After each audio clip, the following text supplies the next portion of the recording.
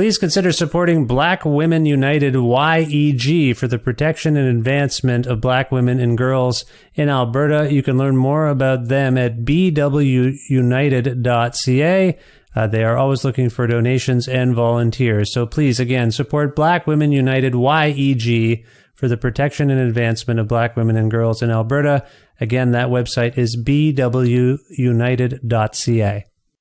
Hey, this is Adam from Toronto, and I support Creative Control because Vish is full stop one of the best arts interviewers in Canada, or anywhere in the world, really. He approaches every episode like he's known the artist for years, creating a conversational atmosphere that gets straight to the heart of the work. No one else in podcasting gets it quite right like he does, with a mixture of meticulous research, wise artistic insights, and well-humored personal connections. I proudly support Vish and Creative Control on Patreon. You should too. To make your flexible monthly donation to Creative Control, please visit patreon.com/Creative Control today.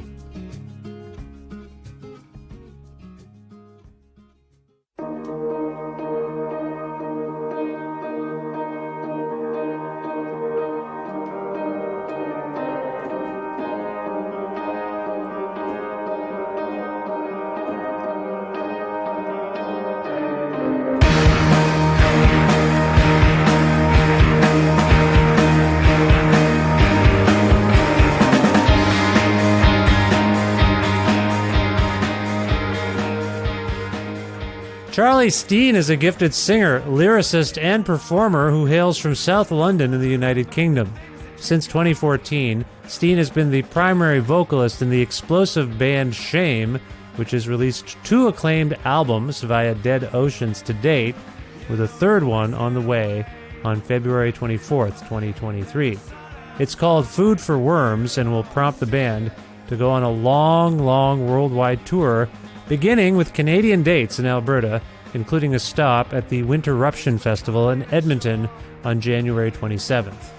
Because of these developments, in an unusual and I believe unprecedented circumstance for Creative Control, I am finally presenting an interview I conducted with Charlie that actually took place some 20 months ago. Why such a delay? Well, in 2021, the pandemic was still something that made plans abnormal, and in my case, I was pitching or granting so many topical interview requests.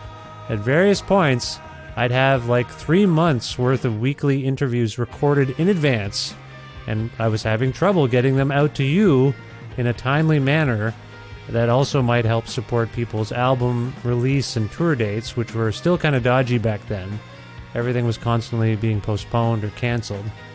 I guess that's still kind of happening, actually, because the pandemic continues, but I digress.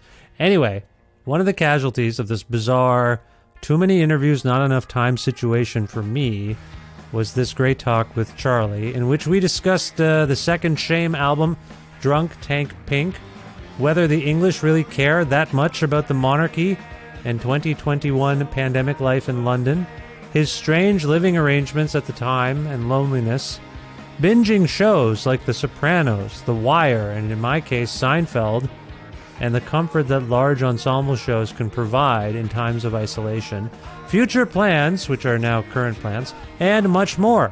A part of the Entertainment One Network with the support of listeners like you who follow and subscribe to this podcast and spread the word about it, and make flexible monthly donations at patreon.com/Creative Control, which is the primary source of revenue for all of the work that I put into this podcast. If you'd like to support the show, I appreciate it, and you can learn more about how to do that, again, at patreon.com/Creative Control. With additional support from Blackbird Music, a wonderful record store with locations in Edmonton and Calgary, Alberta, and very friendly people who work there who will happily help you with whatever it is you need. Say you want to order the older Shame albums, or the new one. What if you want to order that one? Food for Worms. You just go over there to blackbird.ca, and that website and the people there will help you. So thanks again to Blackbird. Again, learn more about them at blackbird.ca and support your local independent record stores. Plus in-kind support from Pizza Trocadero, The Bookshelf, and Planet Bean Coffee, respectively, in Guelph, Ontario, and Grandad's Donuts in Hamilton, Ontario. This is episode 743 of Creative Control, featuring the lovely, talented, and very patient, I hope, Charlie Steen of Shame, with your host, me, Vish Khanna. Sorry again for the delay here, Charlie.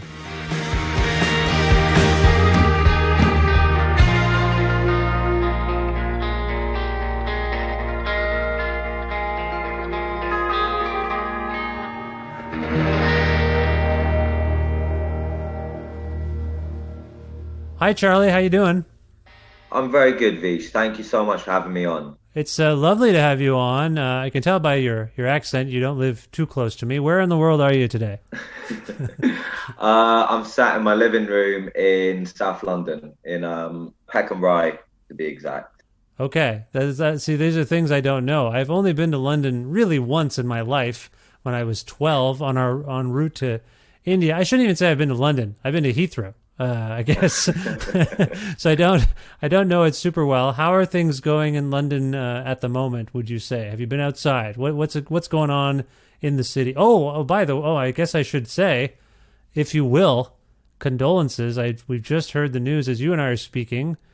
Prince Philip passed away only hours ago. So how are you?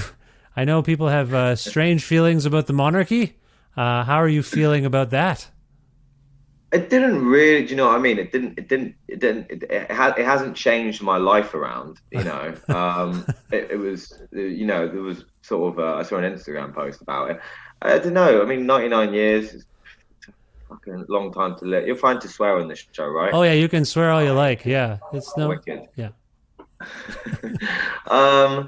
I mean, yeah, it doesn't. It's you know, I don't think the city's in mourning. Not where I am. Maybe in other parts of the city, but you know, it didn't. I went for a walk today. It didn't seem like anyone. You know, there wasn't anyone wearing black or whatever. Just sort of Yeah. normal day. As you travel the world, as you used to anyway, as a musician and whatnot, did you get a sense of what others thought of the monarchy? What they thought of England per se? Like, did you ask people, like, what do you? Because we end up, you know, when those two, what are their names? I don't even know that. Meghan and Yeah, what's the other guy's name? Harry.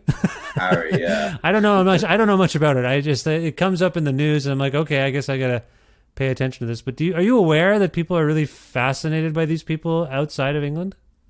Yeah, I mean, America, you can't really beat America with that. I mean, sort of people, you know, some people think that we sort of, you know, have dinner with the Queen every night and, you know, walk around in top hats and stuff like that and still sweeping chimneys. But, you know, it's funny. I mean, I think it's something you're very much aware of. And I mean, I think one thing about British music, or, you know, music from this sort of part of the world in general, is quite politicized. And so growing up, I mean, you know, with bands like Sex Pistols and stuff like that, you're very overtly aware of it, and people are sort of very open about the monarchy. And you know, as you can see, it's sort of you know, all over the world, it's front page news. So you're aware of the context of it, but it doesn't really make it, you know, it doesn't really have an impact on your daily routine. But yeah, it's funny talking to Americans. In Australia, we met some people who knew about it, but not really in other places. Maybe when we've been to Tokyo and stuff. But yeah. Yeah, I think probably for some of us who were colonized by the English, there's a little fascination with our masters. You know what I mean? Like, I think as Canadians, we still have the Queen on our money, for crying out loud, and so that's why I can understand. As Canadians, you know, we still defer to the royal family. But you're saying in town, this kind of stuff doesn't impact you on a regular basis. Well, I think it's something that you're so aware of, that from such an early age, like I was saying, that it's not, you know, I guess you don't think about it every day, but it is, yeah, like you're saying, when we've been to Canada and you've seen the Queen's face on banknotes and stuff like that, yeah, it does become a bit strange. I mean, it's a weird thing in general. Like I was saying about, you know, the overt politicism within music and art and, you know, everything else, you know, growing up, especially sort of like the bands and the artists that I've been interested in, you've always been aware of the criticisms and critiques, you know. Yeah. You're not taught about them in school really or anything like that.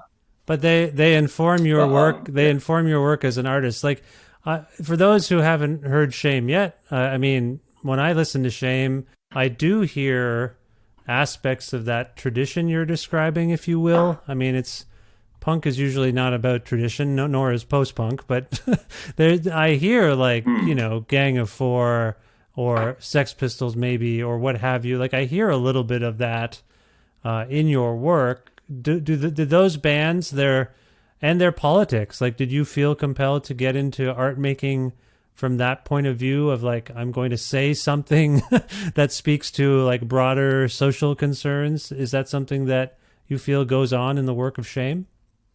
Well, I think naturally within sort of like, the whether it's growing up in London or whether it's just the British culture in general is sort of to be quite outspoken, to be, you even have it within sort of newspapers like Punch and Private Eye that have come before to question things, I guess. I think, there's a lot more sort of the necessity to be outspoken. I don't know. I guess it just comes, we just want to complain about everything, and I think there are definitely times when it's we run it after we've spoken about the weather. You need something else to complain about. So yes, the next natural step is the monarchy. Is it complaining or is it just thinking? It's just thinking, contemplating things, isn't it? Yeah, it's. I think it's a bit of all of them. I don't know. I think with our sense of humor as well. It's quite. I'm trying to. It's very satirical, I guess. And a lot of that comes from sort of looking at the absurdity of a lot of the situations that revolve around politics or within the monarchy or within the arts, the music and stuff like that. And I think all of it, we're a small island, it's all quite reflective and sort of pointed towards something. Yeah, exactly. Yeah, that's fair. My understanding of your trajectory in Shame is that your band used to, pre-pandemic, let's call it, tour a lot. Were you guys road dogs? Would you hit the road for long spells? We definitely did. Yeah. I mean, we started when we were pretty young. I was 16, the rest of the guys were 17. But when we got to the stage touring when we were 18 or 19, pretty much from then it was sort of 3 straight years. I mean, the year before we released our first record, Songs of Praise, I think we did like 168 shows. And the year we released it, we did 172. Holy Lord, that's a lot. Yeah, it was a lot. We once did, what was it? One summer, we once did 47 festivals. Really? In one summer? Okay, so that is, I don't know of anyone. I don't know of anyone who does that. That's incredible. Wow. I mean, it's pretty nuts. Whereabouts would you have played? I mean, with that many shows, I would think you would have covered a good part of the globe. But are there places that you haven't played? I guess maybe that's an easier way. With all those shows, is there anywhere you didn't go to on the planet? Well, the thing is that most of those shows are within Europe. I mean, there's a lot of there's still a lot of ground to cover. You'd be surprised how many terrible festivals they can put up in, in Germany, and ask you to drive around it several times. But it's only in the world we haven't been. We haven't been to New Zealand. We haven't been to several parts of Asia. Haven't been to India. There are lots of places that still like to play. Haven't been to the Caribbean. Conveniently for most, I guess, like guitar bands, it doesn't seem like none of the places you seem to play are ever actually that nice. It's not it's not like you go to Barbados and play a show and you get to spend time on the beach. Usually you'll just be sort of in Lithuania, which I still really enjoy, but right, just one cityscape after another, mostly is what I guess saying. It's a lot more. I guess it's a lot more urban. Yeah. Yeah, urban. Right. Yeah, and I mean, I can see you hesitating to criticize it because I assume you long to play such shows at this point. I assume you've been kind of grounded since the pandemic started. Yes. Yeah, we've been. I've actually had quite a weird one. I spent so in the first pandemic, I lived in a trailer in a caravan for 3 months in the West Country in Somerset in England, with my girlfriend at the time and staying with her friends' parents. Like they were like on their field, I guess. And so I was doing like work with them, helping them out with gardening and construction, and then came back to London, got evicted from a nursing home that I was living in, where I wrote a lot of the lyrics to our second record. A nursing home? You lived in a nursing home? Yeah, so my like one of my best mates, one of my oldest mates, Sean, the guitarist in the band, Shane, his cousin, it's a very close knit family, South London. There's a lot of them, the Smiths, and and not the band, but so his cousin, who I'd known since I was 7, he's a few years older than us, was living in a nursing home, and it's part of a scheme called guardianships, which is like say like you wanted to buy a building, yeah, and you wanted to turn it into a block of flats. So say you wanted to buy a nursing home, for example, and you're going to turn it into a block of flats. In between the time where you get the money to turn it into that, or you get the licensing or whatever the fuck you need, you can get these people to live in there, and you don't have to pay bills. But you're just like people who make sure people don't break in, and you pay rent. And I lived there illegally. And we made the washing machine room my bedroom, which is where I wrote, and I painted it all pink, which is where we wrote the record and why it's called Drunk Tank Pink, which is another story in itself. But so I'm going on a bit of a long tangent. No, to it's your answer. fine. It's not called. That's because anyway. That's because of anyway. But so yeah. Then yeah, I got back from Somerset. I got evicted, scrounging around to try and find a place to live for a month, which is pretty hard in COVID. Yeah. While we were preparing to like launch the album campaign. Then found a place, decided to go. We were going to go to Norway to write for 5 days, stay with the person who owned the Queen's Head, which used to be in Brixton, which is where we started the band. Went to the middle of nowhere in Norway, started to write. The rest of the guys flew back to London. I thought I'd stay for 2 days. They all turned out to have COVID. All your band, your whole band? All the band, the person we were staying with, Tikna, the sound engineer, and the sound engineer's friend who popped in for the day. I didn't have it. I was the only one.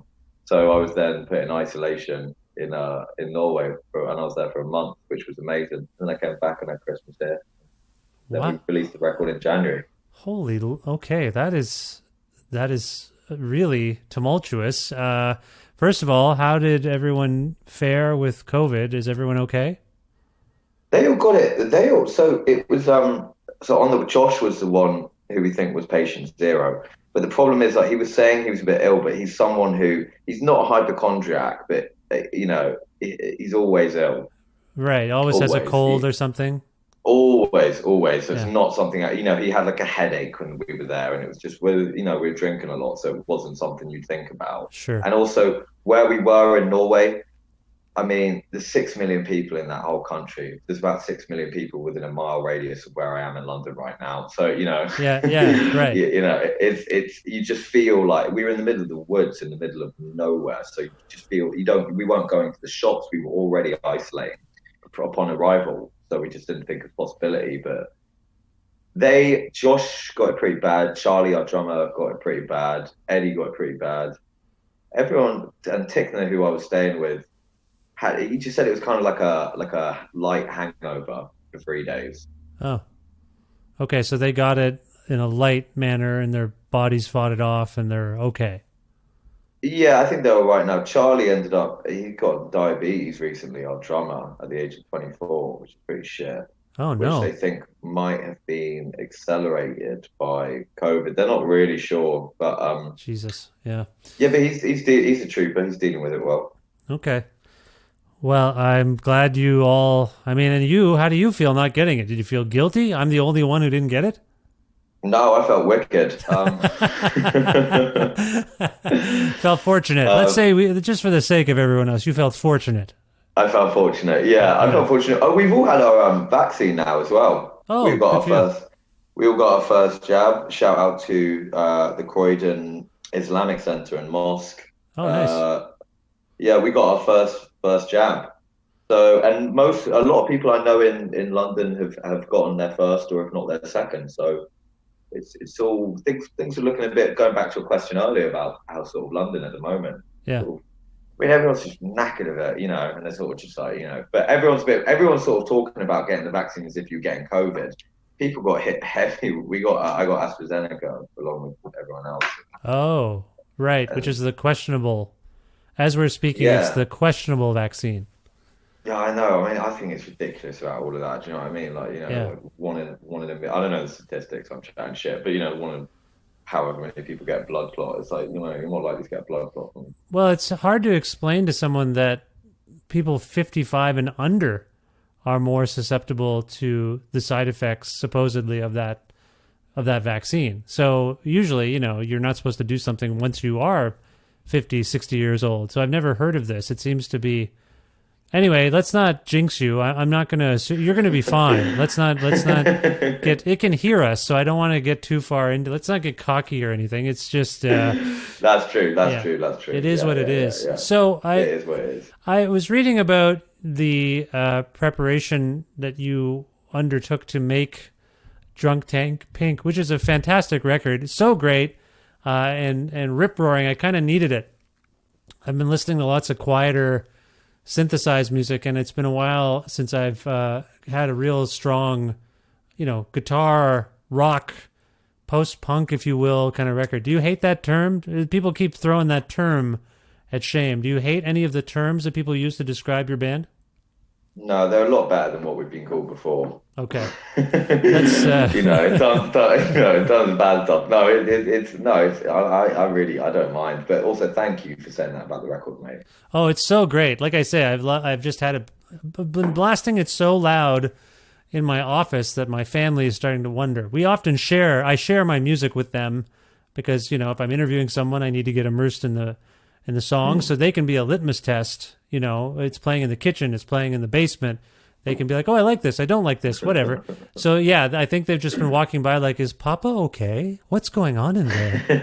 It's so loud. And I'm like, yeah, I'll just close the door. Sorry. But anyway, it's really great. And my understanding is that there was a sort of, oddly enough, we've all undergone this period of stillness because of the pandemic, but you also kind of endured a kind of stasis, I guess, once the touring for the last run of shows you guys did before getting into this record writing process began. Is that right? You kind of were just on your own, isolated, trying to come up with songs. Is that correct? The thing is, in comparison to how much we toured before, we it was very fortunate. We finally felt as if we were in the position where, the kind of catch-22, I guess, is that, you want to do all these shows but you also want, to not lose your mind, which is a difficult tightrope. Yeah, absolutely. Yeah. to sprint across. So we were kind of at this stage where we were still playing shows, but they were just less frequent. And we did, in the year we were writing the record, we did Coachella, we did Fuji Rock in Japan. We did a few festivals, and we went, when we did Coachella, we got to go on 2 tours there, one on the West Coast, one on the South and the East Coast, which was amazing. Nice. So I think in that respect, I think, we toured so much, we toured to such an extent of that record that, there's only so many times you can play 10 songs, Yeah, right. before people also see a new trick. So I guess in a way, the form of isolation came from just adapting back. I mean, I've said this time before, but kind of, like we were like tourists in our adolescence. We went from 18 to 20 and 21 when we were just sort of like placed back and suddenly we weren't touring all the time. And, it's things like sort of, we were forever with company, whether that was sharing a bed or in a dressing, green room, or in the back of a van. You're never sort of really on your own. You don't really have much time to think. So I think on the lyrical side, throughout that period, I sort of had the natural things that I guess is common among most people of that age to go through, whether it's whether it's sort of breakups or, falling in love and all of that other stuff. But it was combined with this sort of absurd lifestyle of touring, which in itself is a great form of escapism, and a large, force of delay. And so when you sort of stop that, and when you come back, and when you're put into a static position, all of these things sort of suddenly come back. And, a lot of the record, like I kind of said about it, to summarize it, I guess, is, I don't think it's so sort of like all so down and sad or whatever, but it's just sort of like learning to enjoy your own company. Yeah. Right. So in a sense, I gather what you're saying. It's more nuanced. You weren't just still. It just was a little more still than you had been. And so I appreciate that sort of clarification. But you endure that revelation, I guess, of like, I got to get used to just being on my own. Then the whole world has to do that. You know, you're kind of forced into it. It wasn't like just your work schedule changed for a bit. Everyone's schedule changed. How has this year and a bit now, since we've all been, you're saying London is on the come up a little bit, feeling a bit better? It's London. London's right. I mean, so you're whereabouts in Canada are you? My family and I now live in Edmonton, Alberta. We used to live, I'm from Ontario. We moved in January of 2020, just before everything locked down. We moved right across the country. My wife's family is from here, and we had job opportunities. So I decided, let's make the move. I lived for 40 odd years in Ontario. Let's try something else. And then everything shut down. So in a weird way, good timing. We're not missing anything from, that was a fear. Our kids would miss all their friends and we would be missing out on events and gatherings, but none of that can happen. So we're not missing anything. My kids are able to have, online virtual conversations with their Ontario friends from here because everyone's kind of home and, that's how it is here. So yeah, I'm really locked down here. Not really. I get groceries. I don't know the city I'm in very well. I couldn't tell you. I know a couple of the streets are all numbered. So it's not like Smith Street and Shame Street. It's just like the streets have numbers. It's a grid. So I live on we all live on, it's like 92nd Avenue, 83rd Street or whatever. So I'm not oriented and it's so disorienting. Anyway, it's weird. I'm just, there's nothing for me to miss because I don't know anything. Sorry, that was a long-winded answer to your question. I live in Edmonton. I live in Edmonton, Alberta. I like just explaining it because I'm totally unmoored. Like I have nothing to cling to in a weird way. We bought a house. That's about it. And No. Yeah. I enjoy hearing about it. Yeah. Okay. It's I'm picturing it in my mind. I mean, what you're saying about that is it's interesting what you got onto as well about, finding that silver lining of sort of you're not missing anything there. I think. Yeah. What I was initially going to ask about, going back to the Britishness, talking about the weather. Like here, like that's a large difference. When the sun, spring's now started, and when the sun eventually starts to show, it really, the impact that it has on this city is sort of phenomenal in a lot of ways. And I mean, what you were saying about sort of finding the silver linings, I think, and sort of the general vibe of London. I mean, I wouldn't like to brush over the devastations that have occurred during this period of time. Yes. Sort of yes. All the hard work that the NHS workers have been putting in, and everybody who's been, all the key workers who've been doing so much and sort of haven't stopped throughout this period. And there's been a lot of grief and there's been a lot of grievances and there's been a lot of tragedy. But it is interesting when talking to a lot of people from all ranges, from all aspects, over the period of this entire time, that is something that everybody is sort of has either found or is searching for, that sort of, that light at the end of the tunnel, and it comes back to this sort of idea of, survival mode. You can't, there's only so much you can sort of, shout at the telly, before before you lose your voice. Whenever the news is on. I think weirdly, I think it's all been a period of waves. I think some more fortunate than the others, and this is probably talking more about my personal experience and experiences I know from my personal friends. But throughout the period, some people have been up, some people have been down, and the weather and darkness and evictions and stuff like that all does have an impact. But now that the sun's starting to shine a little bit, I hope. Sorry, what were you going to say? Well, no, I was gonna echo what you were saying. I think sometimes, depending on there's a few things going on that I think some of us don't take into consideration. You're talking about the elements, and one of the big things from moving from Ontario, which is, as you know, 4 distinct seasons and lots of sun in the summer, hot, pleasant spring. I moved to a place that is notoriously cold, one of the coldest places in the world, Edmonton.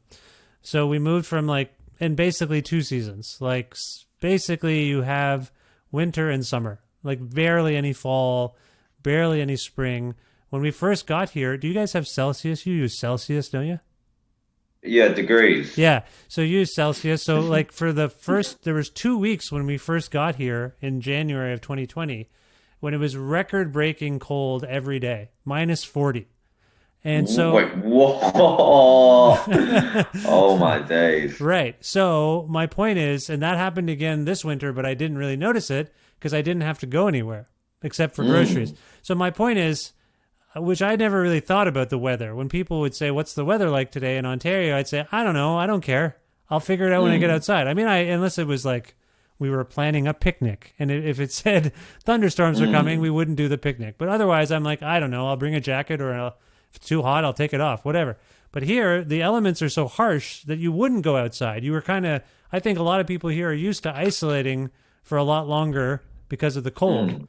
So I'll throw that out there. And then the other thing I'll talk about very briefly, I think, is this pandemic hasn't impacted me on an emotional level the way it has others, because I'm with 3 other people all the time.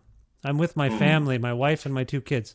There are people struggling because they are single, or they're reveling in it too. I know everyone's has their own experience, but I'm starting to talk to more people who are yeah, I don't see anyone.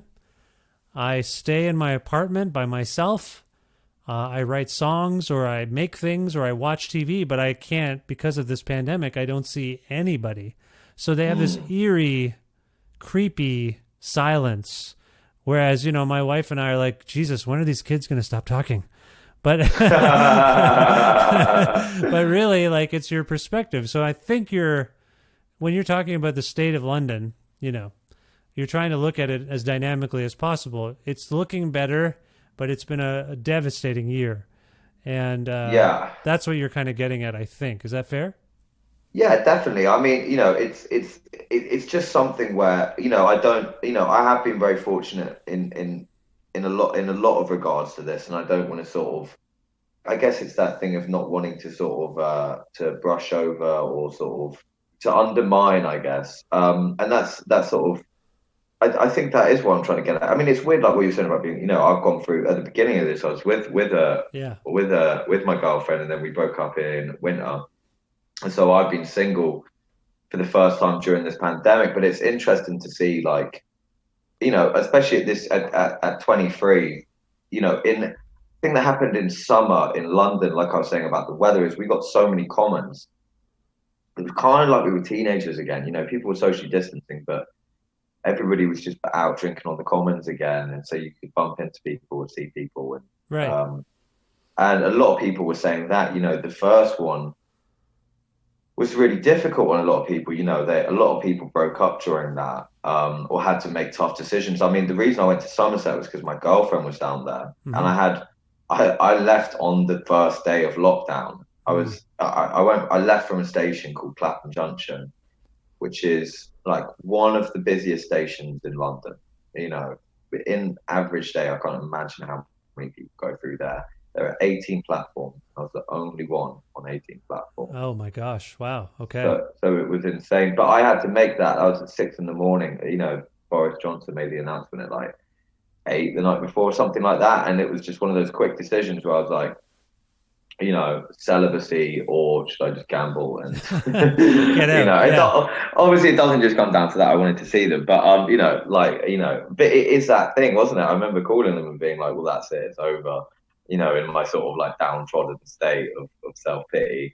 Obviously they were just get on a train quickly, but being single, it is a different experience. I mean, I got a new flatmate, and one of them left when we were releasing the record, so around that time of January 15th, and they were away for a month. So I was in my flat for a month on my own.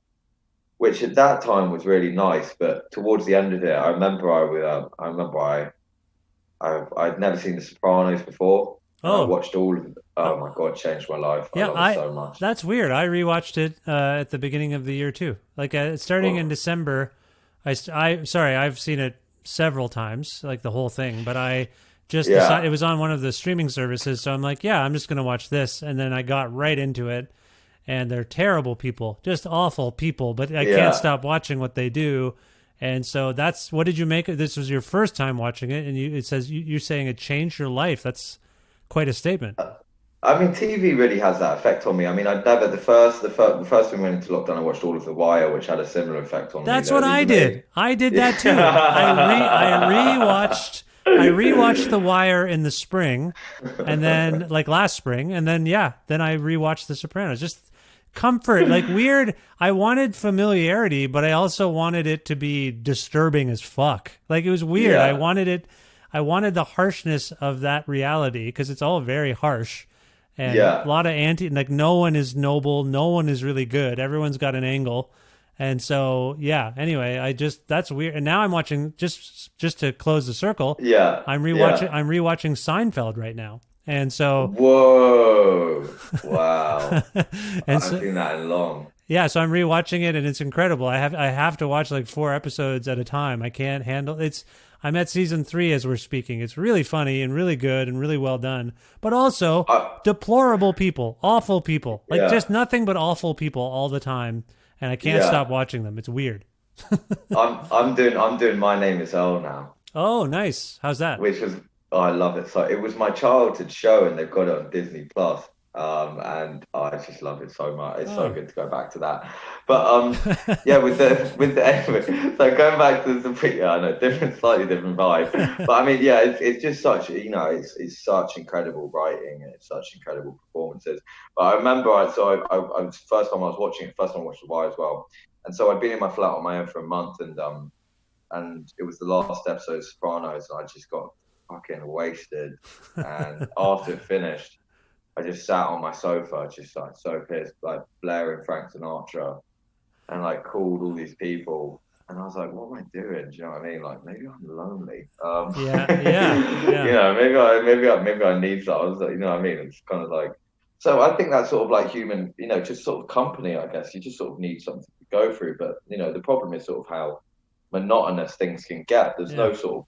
I think that's the main thing that's sort of been lacking from social life, or what really makes life worth living, in my opinion, is spontaneity. It's the people you bump into in the pub who you haven't seen in ages, but you love them, and it's sort of meeting someone, or I mean, how the fuck can you go on a date now? Do you know what I mean? Like, absolutely. I do. I'm very thankful that I'm not in a new city completely by myself. I think I would struggle with that. I never really thought of the idea of watching a show with an ensemble cast as being company. I never thought of it that way.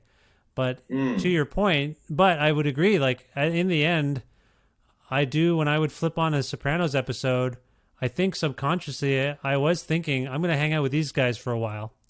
It's like the only interactive TV show I've ever seen. Like when they eat, I want to eat. When they drink, I want to drink. Exactly. Yeah. I mean, hopefully that's the extent of what you want to copy them doing, because the rest of it, not great behavior. No. But no, it is. That's a fascinating aspect of it. I mean, given what we were talking about in terms of the writing you did in the washing machine room for Drunk Tank Pink, and those feelings of at least a little bit of isolation. Like, do you feel like the songs that we're hearing on Drunk Tank Pink are particularly relevant to what people are going through right now? Like, I'm sure you didn't intend for it. Like, you made the record before this happened, right? Like, for the most part, you wrote. Yeah, we did. Yeah, we did. We did all of it. So do you feel like, I don't want to use the word prescience necessarily, but do you like, is it a little creepy to you how any of the lyrical themes sort of fit with what you're going through now? Speaking in like an honest way, and I guess one of an honest in the sense of it might not make me sound like, that much of a selfless person. But you know, it was. I took comfort in the fact that it wasn't just going to be another getting, you know, classic second album, getting back from tour. Yeah. You know, and so that was what I took comfort from. But the reason, I mean, the reason it was called, I mean, with the themes of isolation and stuff like that, the reason it was called Drunk Tank Pink was because, so that was why, as I said, like I painted the whole room the shade of pink when I moved in, and I had the ceiling, you know, the carpet, the walls, the lampshade, everything. I mean, it was like a box as well. You painted literally everything pink? Yeah, it's called lip gloss pink, the color. Interesting. And so after we went through and we did, and sort of in that room, you know, a lot of the record is sort of going into the subconscious as well. I was having the first sort of like 2 months of me living there, I was having real difficulty sleeping. Bad dreams, as I recall. You're having weird, intense dreams.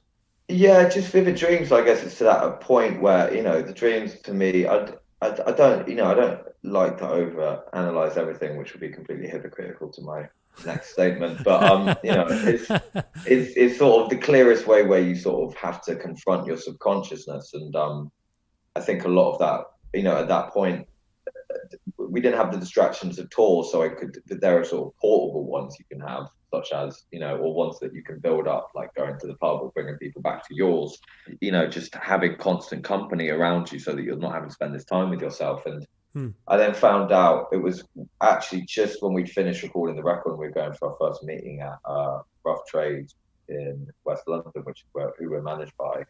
And on the way there, my mum sent me this page. She'd been reading the Book of Colours, and there's a shade of pink called Baker Miller Pink, which was designed by, surprise, surprise, a guy called Baker Miller, in the 1960s in America. Because of the drug war that was going on. They wanted a way. There was such a rise in violence. They wanted a way to suppress it, and so the government called in all these like therapists and doctors, stuff like that. And this guy came up with a theory that there is a certain shade of pink that suppresses anger and violence. And so they started painting it into all these juvenile facilities. First one was in Seattle. And it, you know, in the first, you know, per year they had like 175 cases of violence. And after a year of having the rooms painted that color, they had 4. And then they put it into classrooms and prison cells, and in the Midwest of America, drunk tanks, which is where it got its name, Drunk Tank Pink. But it was just, you know, I got really, I really obsessed over the bedroom, because it was sort of, you know, stuff like making your bed and, you know, messy bed, messy head, all that kind of, all that kind of stuff. You know, you never make your bed when you leave a hotel room, but, you know, unless you're talking. Speak for yourself. Speak for yourself. I like to. No, I don't always do it, but I try. I actually do try to do it a little bit. A little bit. Really? I feel I didn't do it growing up, but since I met my wife, my now wife, I'm like, right, I should make the bed. So now I just make our bed. Well, when you leave hotel rooms, not as. If it's like a disaster, like stuff's everywhere, then I'll just, because I gotta, okay. Since we're talking about it, by the way, I haven't been in a hotel room in probably 2 years or something by this point, but what I do is usually I put the do not disturb thing on the door. I don't want them coming in. If I'm staying for like a few days, I'll put the do not disturb thing on the thing so they don't come in and whatever, clean anything. And then, just because I'm used to doing it at home, I make the bed. So when I go to bed, it's been made because that's what I'm used to at home. But does that make me a sociopath? Are you saying I'm crazy? I don't think. No, we've rarely stayed in places for more than one night. I think that makes a lot more sense if you're going to be staying there. That definitely. Maybe on the morning I'm leaving, I leave it alone because I realize. I also think they're just, why are you making this bed on the last day? That's true, actually. I will say that. I think I've consciously done that. I'm not going to make it the day the morning I'm leaving. They're going to hopefully strip the bed of everything anyway. There's no point in making it. Like if it's like 10 a.m. and checkout's at 11, I don't make the bed. But if I'm staying there for like, if I'm being, if I'm at a festival for a week or a few days, then yes, I will treat my living quarters as nicely as I can because I have to live in them. Do you know what I mean? I'm I'm old now. I'm older than you. I'm 20 years older than you by the sounds of it, and I'm not into the debauchery. And I like to be courteous to people. I think of it's a long time, a lot of selfish behavior in my past, and so I'm trying to repent. I'm trying to make up for it by trying to be as kindly as possible to anyone. Because I have to say this to my son all the time. He'll leave like a granola bar wrapper on the table. I say, "Who do you think is going to have to pick that up?" He's like, "I don't know." I'm like, "Well, someone else. That little thing you're doing is altering someone's day." You know what I mean? But you should show them My Name Is Earl. Well, I should. Daly's Karma. Yeah, I should. I should probably do that. Anyway, I didn't mean to go off on a tangent about my hotel etiquette. No. I'm just saying, yes. You're saying that you're. I don't know why did we talk about this? Oh yeah, cleaning the hotel rooms. What were you on about that? So I was just talking about, for the first time in a long period, sort of your bedroom, I guess. And there was a poem by John Donne that really sort of hit a chord, and it's kind of, it says thy bed's the center of everything. I think, and that really like struck a chord with me. I think it's, to me, it's sort of, for the first time in a while, I guess it was mine, and I could put what I wanted in the wall, and I was going to be going back there. It was a familiarity, and it was sort of, I spent a lot of time in the bedroom, and like just reading and sleeping, everybody else does in the bedroom. But it can sort of be sort of, it's interesting, I guess, also because for a lot of the initial stages of writing this record, it was sort of I guess an enemy, because it was an association with having to try to go to sleep and having these dreams or whatever. And so it's something that you want to try to put off to deter from having to go to. Right. And so coming to comfort with that. And I mean, I don't even know where I was going either, but I think, it's just sort of what we're talking about with that isolation and the themes and everything. Well, yeah. Yeah, sorry. No, sorry. No, I was just going to say, invoking the bedroom in this context is fascinating too, because the bedroom as a space was on your mind. And for a lot of people, the bedroom is also a space of privacy, of security. Like you feel safest maybe in your bedroom. That's where you've taught yourself that it's the room that you can relax, and not put on airs, not think of others. It's like a place of truth, I will say, reality. Like you're just you in your bedroom, or you and your partner in your bedroom, but that's when you kind of drop all facades for the day. And if I'm right about that, does that inform the songwriting? Like you're in your bedroom. That atmosphere might reveal more about you in your songs than you maybe even realize. Does that make sense? No, that's fucking that's angelic. That really hits a chord, I guess. Yeah. No, definitely. I mean, I think with this record as well, it was the first time it was sort of internal. I mean, I've said this before, but we started, and I was like, I was 16 when we first started, because I'm a July baby, and we started in June. And I was just like, I don't want to fucking write about love. Like everybody writes about fucking love and heartbreak. Do you know what I mean? Like everybody writes about that. And then when you go through it, you're just like, that's why everybody's been writing about this fucking thing for like 7,000 years or something, like, you know what I mean? Like since cavemen could draw on walls. About it. It is a particular feeling that you need to grapple with and exercise from your body. And for some of us, it's cliche, but that's why people do it. It is definitely cliche. I mean, I guess as well, the whole thing of doing this in the first place, I think one of the things through lockdown as well is it sort of really, it puts your priorities into perspective, and it definitely gives you a whole new perspective, I guess, on everything else. But you really see, like for me, I guess, I haven't stopped writing lyrics. I haven't stopped, doing other things like painting and stuff like that. And you sort of see that when things are stripped from you, like the possibility of touring or the possibility of recording, the reason you still pursue them is the reason you began them in the first place, if that makes sense. Yeah. Because they are cathartic, and they are necessary to your life, definitely to my life. And so me sort of writing this stuff, I mean, was my sort of own process of understanding. And not all of the record is about that, but I think, the first, I mean, when thinking about it in sort of relations to age and stuff. I mean, when we did Songs to Praise, our first record as well, like some of those songs were written when I was doing my A levels, which is your last year when you're 18, 17 at school. Oh, I see. Right. And I did English literature, and so kind of naturally I was drawn towards characters because I was always having to analyze them. Mm-hmm. You know, with Chaucer and Virginia Woolf and Yeats and Sylvia Plath and all those others. And sort of then now, I guess, I mean, like it's interesting. A lot of people I've spoken to as well who are in bands in the UK and Ireland who afford a similar amount to us is that there's sort of like the common, I guess, misconception. I think it depends on your personality and what you do in a band as well, but that you're going to become a lot more extroverted through touring. Yeah. But I think the introversy becomes such a necessity. You know, well, like I said earlier, you're never without company when you're on the road.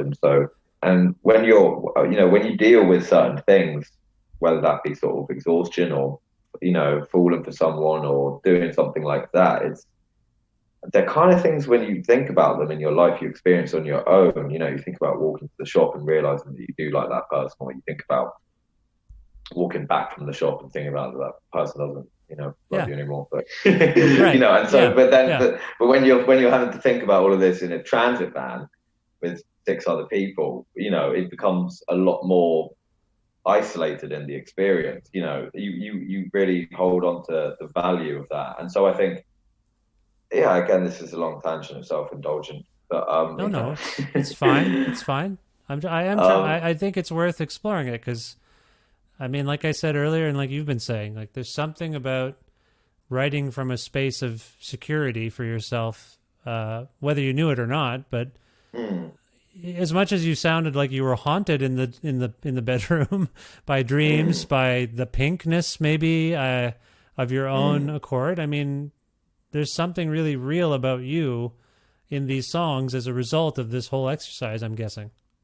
Yeah, I mean, I think also it was a challenge that I really wanted to do. I mean, you know, it's well, like when we started, most of the band didn't know my lyrics for the first record until we recorded the album, because you're playing, you know, tiny pubs and, you know, small stages and stuff like that, and the PA system doesn't work, and you know, they're not paying attention. And when you're in a practice space, you know, we didn't have big practice spaces which pump loads of money into, just sort of like cheap or whatever we could get. Right. And this time, the way that we were writing it was a lot of it was written in Josh's bedroom as well, another bedroom. And I was sort of having to, you know, these for the first time kind of personal lyrics. And you know, my bandmates I've known them since I was a kid, you know, a lot of them. So everybody's aware of the entire context of your whole life.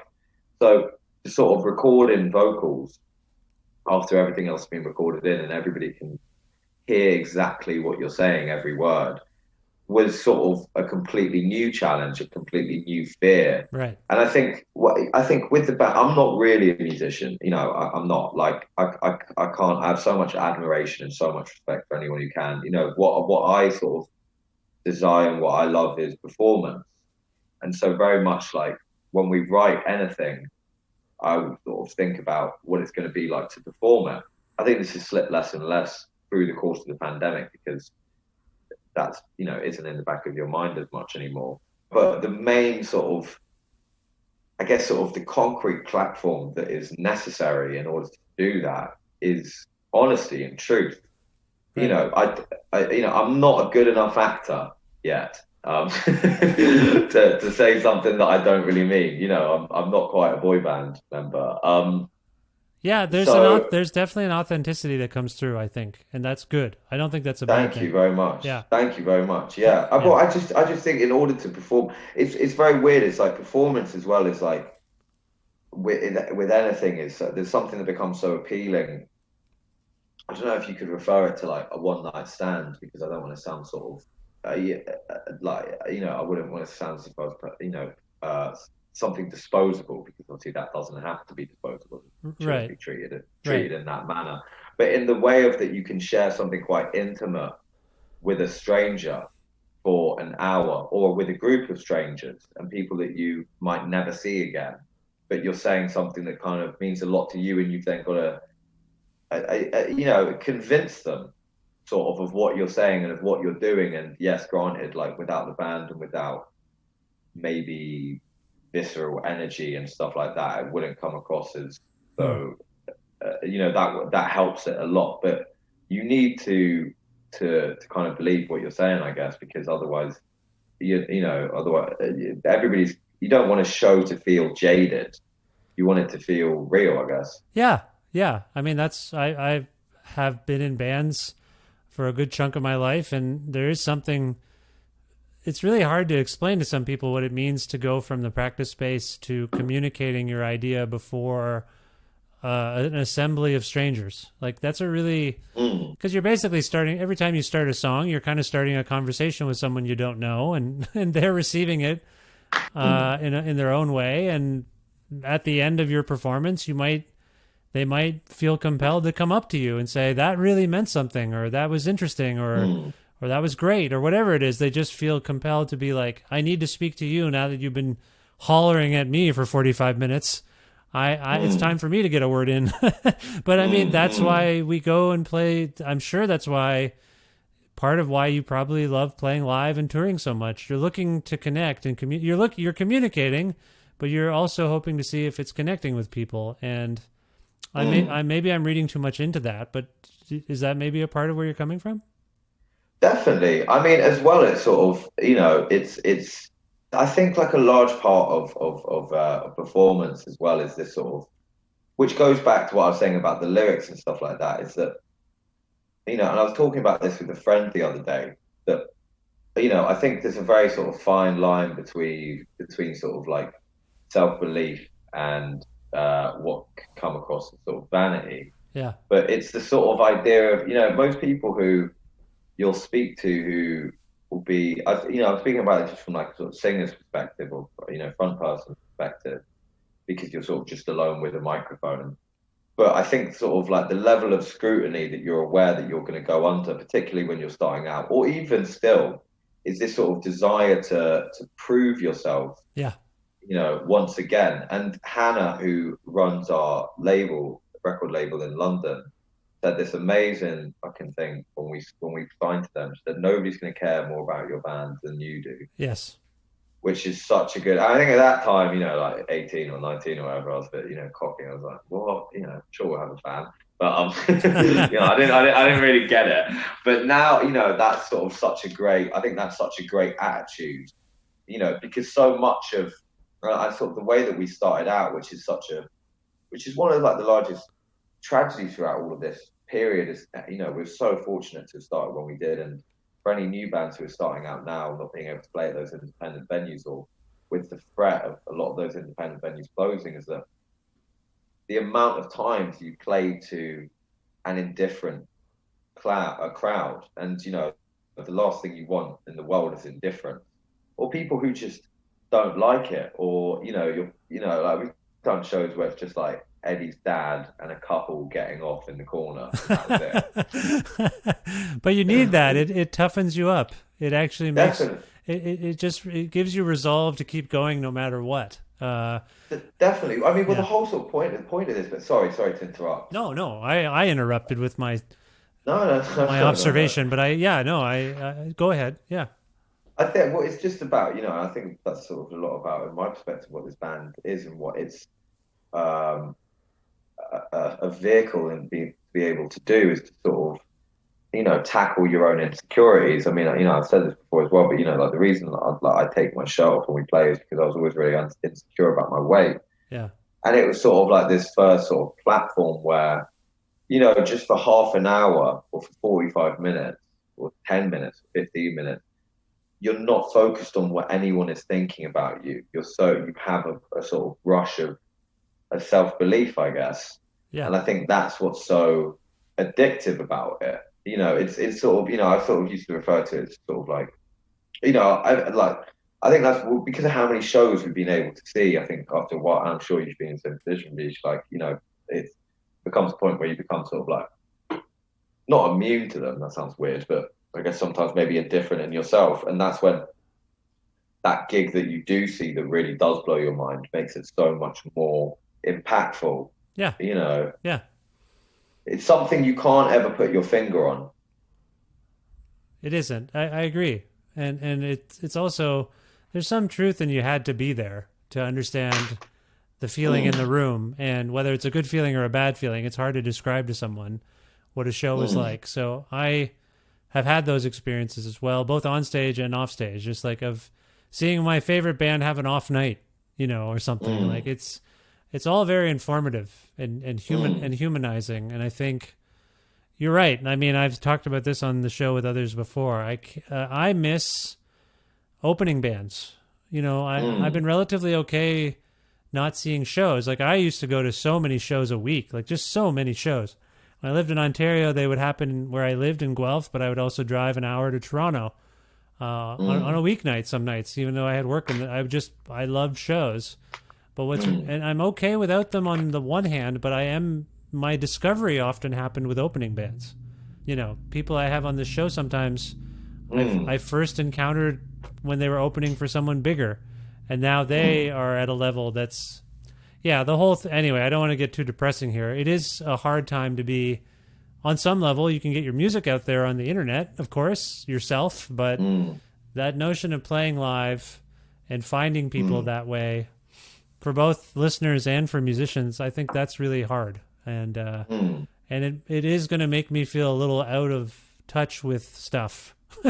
Because the opening band thing is also like, oh, this new thing I'd never heard about is blowing my mind, whether it's a young artist or an older artist. Like, it's not that they're on the come up. I just didn't know who they were. Now I'm going to dig in and find out more about them. So I don't have that same impulse, or I'm not being presented with that stuff. So I don't have the digging I'm doing for music now is kind of someone mentions it on social media, or my friend tells me about it via text.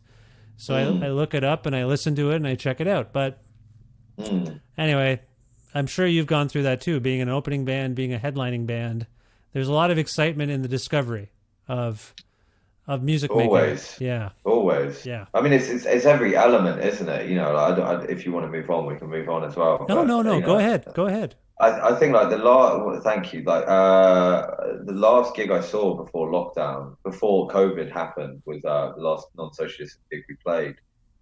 We were in fucking The Hague in the Netherlands. Oh. And we were doing this festival, Grauzoom Festival, which was an amazing festival. We got to play with like Damo Suzuki. Oh, nice. From Cannes, of course. Yeah. Yeah, which was amazing. But we bumped into Brady, who is an artist called Panther Modern. Oh, yeah. Who we knew him from. Yeah. Do you know them? I'm aware of them. I've never encountered Brady. I'm aware of that act, I suppose. Yeah. Oh my. So it was like, we were like, he was there playing with another band, but he was doing a solo thing, Panther Modern.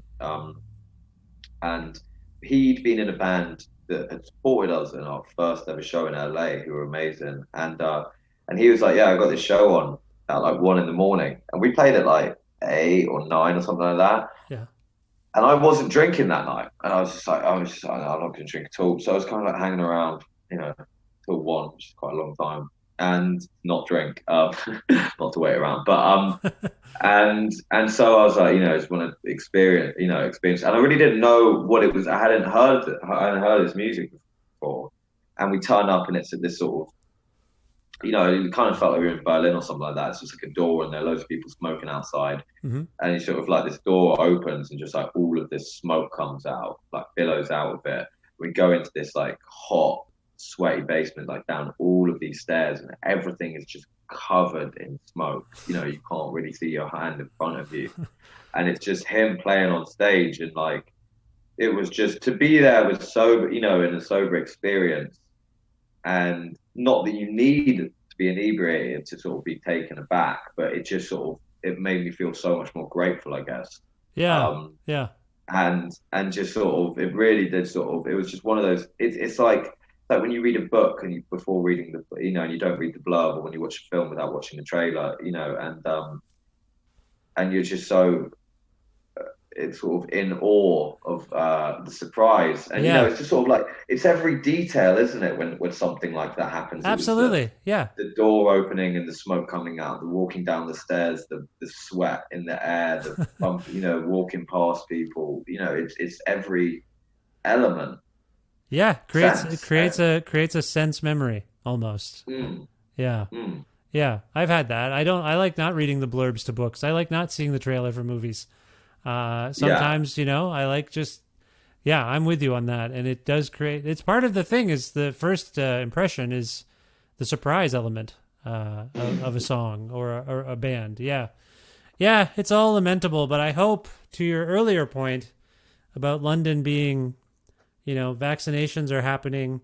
They're slow to happen where I'm calling you from, but I hope they will, and I hope there will be some sense of normalcy and perhaps Shame will play Edmonton.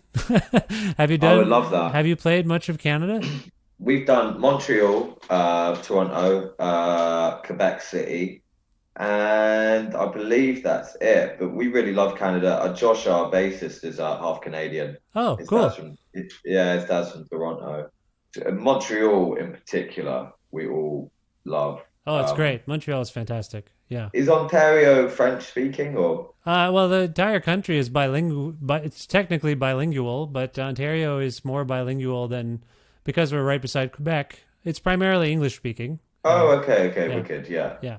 So we're right beside Quebec, so there is a lot of my kids are in French immersion school, so they're learning French here even. Oh, wow. Yeah. So it is the official language, if you will. So yeah. I just think I was just saying that for Toronto, almost in some parts where you walk through feels like you're in America again. But, totally. Montreal. Well, yeah, Montreal has that, and Quebec City has that real difference. Yeah, the architecture in Quebec and Montreal has been maintained from its oldest points. Where in Toronto it gets refurbished or torn down. Lots of real estate plundering happening there, development, those sorts of things, like people just ripping down 200-year-old buildings to put up a condo or something. So it's a bit of a drag. And I never lived in Toronto. I always visited, and sometimes I regretted it, and other times I really didn't. I like living just outside of it, so you could come and go as you wanted. Like, get the good food, see the good show, but then you get to go home to like a smaller town and not deal with all the humanity and chaos. So, yeah. There's that expression in Canada. Drive 6 hours for a 6-pack of beer. Yeah, that's right. That's true. It's a lot of driving too. It's not fun to tour Canada because there's not a lot of stops. You got to drive for like 10 hours before you hit a city. So yeah, it's a bit of a complicated place. But I do hope you're able to come to Alberta, or I'm able to travel to wherever you are, because I'd love to see the band. I've never seen Shame. Speaking of missing out on things, but I love this record. Do you have a sense? I guess you probably don't at this point. But what's sort of next? I feel like earlier you said you had been writing in this last little while. Is that right? Yeah, so we've just filmed a Tiny Desk. So that will come out whenever it comes out. So we did it with did 3 songs off the record, a new record. Trumpet, saxophone, 2 violins and percussion. Oh, wow. That's cool. Yeah, which was amazing to spend time on. And now we're doing writing as well. And I just did a song with an artist called Lynx, who's amazing, called This Is the Hit, which came out today. Oh, congratulations. Thank you very much. And plug. And we're just going to continue writing. I mean, I think we kind of we want to get back to it as soon as possible. We took quite a while between our last record, and to some degree, I hope that doesn't happen again. But at the same degree, you don't want to rush anything. And it was all circumstantial as well. So yeah, I think that's what we're going to do, and we'd love to have you at any of our shows anytime. Oh, I appreciate that. Yeah, I hope I can make it for sure. I hope it happens I hope it occurs that you can visit North America at least as soon as possible. Obviously, if people want to learn more about Shame and Drunk Tank Pink, like where would you want to kind of send them on the internet right now? I don't know, to Instagram, I guess, or to Spotify, to the album, or to their local independent record shop. They can purchase it there. Yeah. Okay. I don't. It's a good question. I don't know. I think Do you operate any of your band's sort of social media stuff? Yeah, I do Instagram and Facebook, but I'm not very. I don't have Twitter. I'm not sort of. As I said to you, I'm a bit of a luddite. I'm not. No, that's fine. No, it's good. You're not missing much. I just wonder. We're not. Yeah, we're not yet TikTok famous or anything. No, it's fine. Very few of us are, and maybe for good reason. Well, no, that's fine. We'll find people. Again, the album is called Drunk Tank Pink. The band is Shame. Charlie, if we can go out on a song from the album, can you select one for me to play, and also can you explain why you chose it? Maybe Snow Day, which is the fifth song on the record, I think. By my count, it is the sixth song, potentially the second longest song on the record. Clocking in digitally anyway at 5 minutes and 20 seconds. Yeah. Just being factually correct there. Why did you choose Snow Day? To leave him laughing. No, I don't know. I don't know. I think that was one of the ones we did for Tiny Desk, and it was the first one we started out with. And talking about isolation and stuff like that, but also with optimism. I think this is one of the themes. We wrote a few of the songs for this record in the Highlands in Scotland. Which was again at Blackfire Studios, which was again a very isolated but incredibly beautiful place to be. And yeah, I just think it's one we're all very proud of. That's fair enough. Is there anything about, just given some of the lyrical things we discussed, in terms of your intense dreams and the pink room you were in, does Snow Day speak to anything in particular? This is probably the pivotal moment of those themes, I would say. Yeah, I mean, it was like where we were staying. We were halfway up a mountain, and I used to just go and walk up that mountain. We used to walk up there every day, and it's kind of begins with that, and sort of with heartbreak and everything falling to you, and yeah, that's it. But it's got a happy ending, I guess. I think. Okay, all right. I was happy instrumentally. Yeah, exactly. All right, we'll play it for people now. This is Snow Day by Shame from their excellent record, Drunk Tank Pink. Charlie, this was really a pleasure for me. I hope you enjoyed it, and I hope we speak again soon. Best of luck. Best of luck with everything in the future. Mate, I loved it. Thank you so much for taking the time to do this.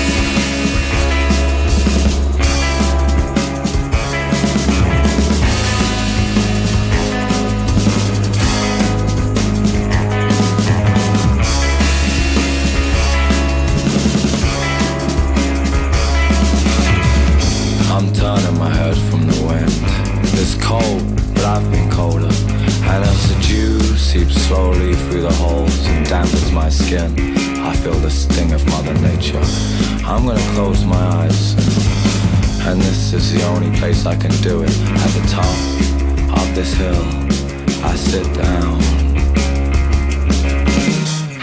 I dismiss everything I see in front of me. All mountains crumble and turn to dust. Color slips away, just like it always does. If I can't see you, then why should I see? They say don't live in the past, and I don't. I live deep within myself, just like everyone else. And I close my eyes.